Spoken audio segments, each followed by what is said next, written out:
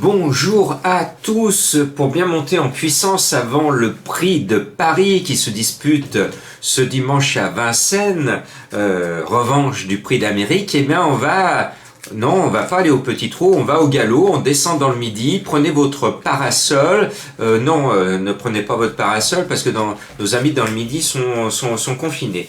Bon, on vit une drôle d'époque quand même, hein.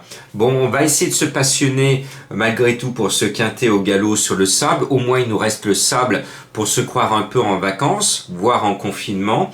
Donc j'ai un coup de cœur pour sortir des sentiers battus, pour vous redonner le moral en ce week-end. Il est à 17 contre 1. Pour moi, c'est un soleil. C'est le 11 Mansoun. C'est le plus régulier de tous. Il est bien placé au poids. Il est en grande forme. Et cerise sur le gâteau, ou crack jockey sur la selle, c'est Monsieur Quintet, c'est Stéphane Pasquier qui est dessus. J'en fais mon coup de cœur à 17 contre 1. Je tente un coup de poker.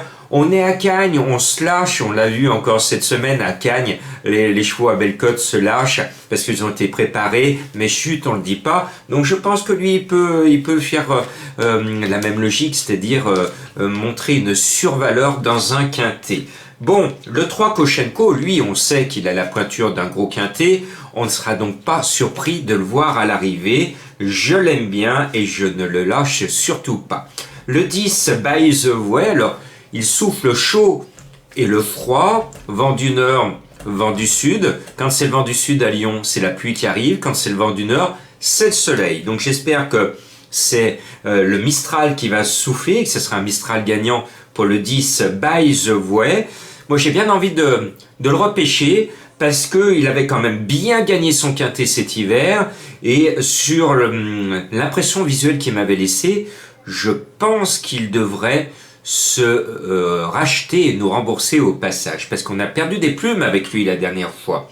Le 7 Vuki, je n'y croyais pas trop et pourtant il a démontré assez récemment qu'il pouvait compléter la bonne arrivée d'un quintet. Le poids est intéressant, le cheval répète ses courses, il est bien, il est gentil tout plein. Lui, il respecte les économies des turfistes. Et j'ai bien envie de glisser dans ma sélection. Et puis, l'autre fois, je l'ai oublié et je m'en suis mordu les sabots. C'est Ale Henry, le 8. Et oui, c'est le roi des tiercés. Il en a gagné 5 déjà dans sa prestigieuse carrière. C'est le plus riche. Et puis, avec l'âge, il est comme moi. Il est plus à l'aise sur le sable que sur le gazon.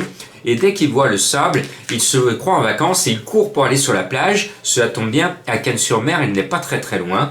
Ce 8 Ale Henry, moi je le sens bien et on doit le respecter. Cette fois, je ne l'oublie pas sur mon ticket. Et puis sur une ancienne valeur, le 5 Argiron serait déclassé puisque quand même il a été dressé, mécanisé par le plus classique de nos entraîneurs, Monsieur André Fabre. Donc ce numéro 5, même s'il a perdu de sa superbe, même s'il a changé de cours, il devrait, à mon sens, pouvoir se révéler et faire carrière dans les quintets. En tout cas, moi, je pense qu'il va faire quelque chose de très très bien. Et puis, j'aime bien autrement un cheval qu'on en a vu gagner à ce niveau il n'y a pas si longtemps, c'était l'année dernière, c'est le 1 Siuzone. Siuzone, c'est un cheval qui avait super bien gagné son quintet. Il vient de bien courir dans une course principale dans le Midi et je pense qu'il peut confirmer malgré sa lourde charge. Et j'ai failli ne pas le mettre, mais en final, je me dis que mon argent peut fructifier nos économies et le 13 peut nous porter bonheur. Donc mon argent, je le repêchais alors que cette année 2021 ne lui réussit pas. Il a beaucoup déçu, mais attention, c'est un Frédéric Rossi. Bon, vous savez, à Cannes-sur-Mer, même s'il fait beau, je suis toujours frileux. 2 sur 5 l'indice de confiance et on se retrouve demain pour parler d'une course hyper classique, le Prix de Paris.